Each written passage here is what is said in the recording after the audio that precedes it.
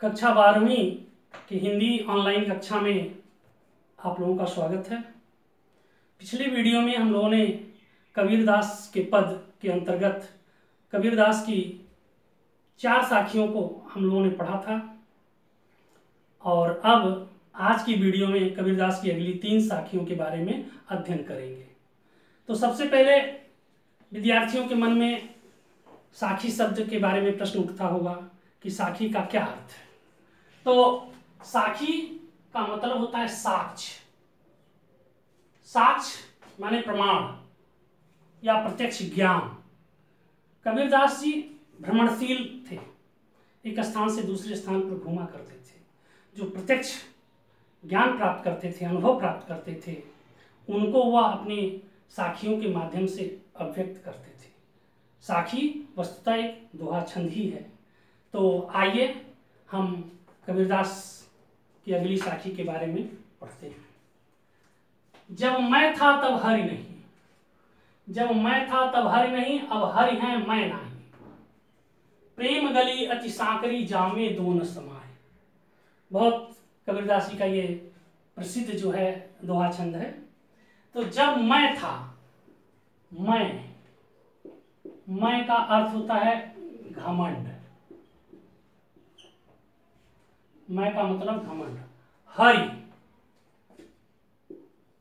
का मतलब होता है ईश्वर, भगवान। जब मैं था तब हरि नहीं, जब मैं था तब हरि नहीं, अब हरि है मैं नहीं। प्रेम गली अति सांकरी, सांकरी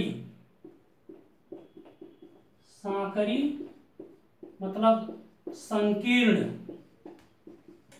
यानी पतली।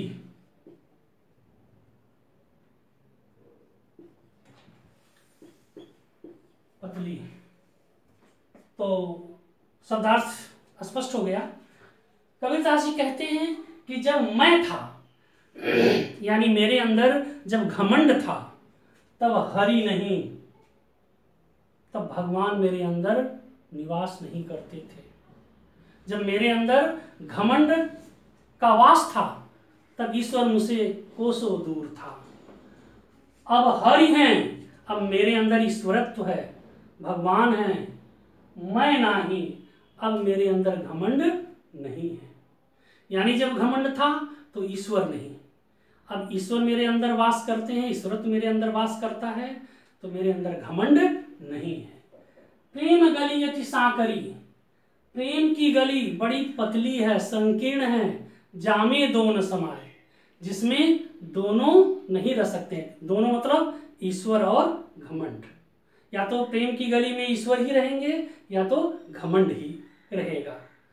तो इस तरह से कबीरदास जी कहते हैं कि ईश्वर प्रेम में घमंड व्यक्ति को त्याग देना पड़ता है, और जब व्यक्ति के अंदर घमंड रहेगा, ईश्वरत्व की प्राप्ति नहीं होगी। और जो ही ईश्वरत्व की प्राप्ति होगी, व्यक्ति के अंदर घमंड छूमंतर हो जाएगा, दूर हो जाएगा, क्योंकि प्रेम की गली बहुत ही संकीर्ण है और इसमें दोनों नहीं रह सकते हैं। कबीरदास जी अपने एक अन्य दोहे में लिखे हैं कि कबीरा यह घर प्रेम का, खाला का घर नाए, शीश उतारे भूई धरे, सो घर बैठे माए। यानी कबीरदास जी कहते हैं ईश्वर का जो दरबार है वो मौसी का घर नहीं है कि जब आए और जब मन हुआ चले जाएं। शीश उतारे का मतलब है कि घमंड जो उतार करके, घमंड त्याग करके जो ईश्वर के दरबार में प्रवेश करेगा, वही प्रवेश पा सकेगा। तो अगले जो है दोहे पर जाते हैं हम लोग। कबीरदास जी का अगला दोहा है, अगली साखी। निंदक नियरे राखिए आंगन कुटी छवाए, बिन पानी साबुन बिना निर्मल करे सुभाए।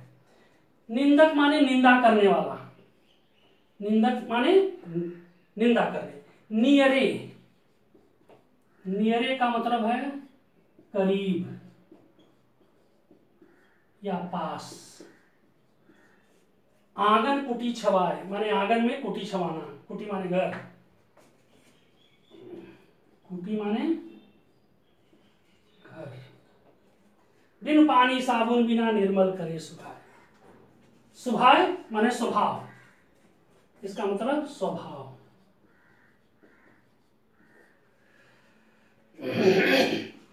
कबीरदास जी कहते हैं कि निंदक नियरे राखिए, जो आपका निंदा करने वाला है उसको अपने पास में रखिए, उसे घृणा मत करिए, उससे विद्वेष मत करिए, उसको अपना शत्रु मत समझिए। आंगन कुटी छवाए, यदि हो सके तो उसे अपने आंगन में ही स्थान दे दीजिए, आंगन में ही कुटी छवा दीजिए, यानी उसको पास ही रखिए, दूर मत करिए। क्यों? क्योंकि बिन पानी साबुन बिना निर्मल करे स्वाहा। कपड़े को धोने के लिए पानी और साबुन की आवश्यकता होती है, तब वह स्वच्छ होता है। और आपके मन रूपी जो है कपड़ा जो है, मन जो है वह बिना पानी और साबुन के स्वच्छ होता रहेगा। क्यों?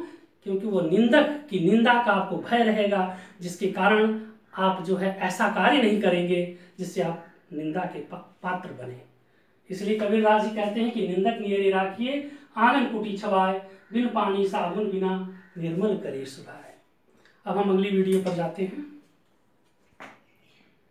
हेरत हेरत हे सखी रहा कबीर हेराय, बूंद समानी संबंध में शोकत हेरी जाए।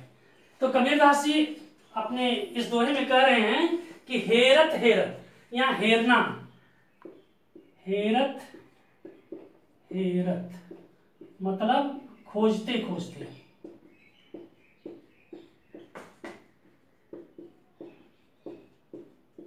खोजते खोजते, हे सखी माने सभी लोगों को वो संबोधित करना। रहा कबीर हिराय, हिराय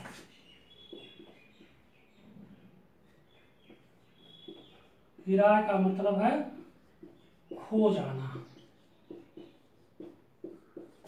हिराय का मतलब खो जाना। बूंद समानी समुद्र में शोकत हेरी जाए। कबीरदास जी कहते हैं कि मैं ईश्वर को खोजते खोजते स्वयं ईश्वरत्व में विलीन हो गया, मैं अपने को भूल गया। हेरत हेरत हे सखी रहा कबीर हिराय, ईश्वर को खोजते खोजते मैं स्वयं अपने अस्तित्व को जो है ईश्वर में विलीन कर दिया। अब बूंद समानी समुद्र में शोकत हेरी जाए। जिस तरह से समुद्र में बूंद पड़ जाने के बाद यह बूंद का अस्तित्व समाप्त हो जाता है, फिर बूंद को खोजना कठिन हो जाता है या हम नहीं खोज पाते हैं, क्योंकि जब तक समुद्र से बूंद अलग है उसका एक अपना अस्तित्व है बूंद के रूप में। लेकिन ज्यों ही बूंद समुद्र में मिल जाती है अपना अस्तित्व खो करके वह समुद्र में जो है एकाकार हो जाती है। वैसे ही जब जीव आत्मा ईश्वर को प्राप्त करने की साधना में लगी रहती है तो एक ऐसा समय आता है कि जो अपने अस्तित्व को खो करके वह पूरे ईश्वरत्व में समा जाती है। फिर अपने को खोजना बड़ा मुश्किल हो जाता है, क्योंकि वह ईश्वर में ही एकाकार हो जाती है। अब शेष अगली वीडियो में।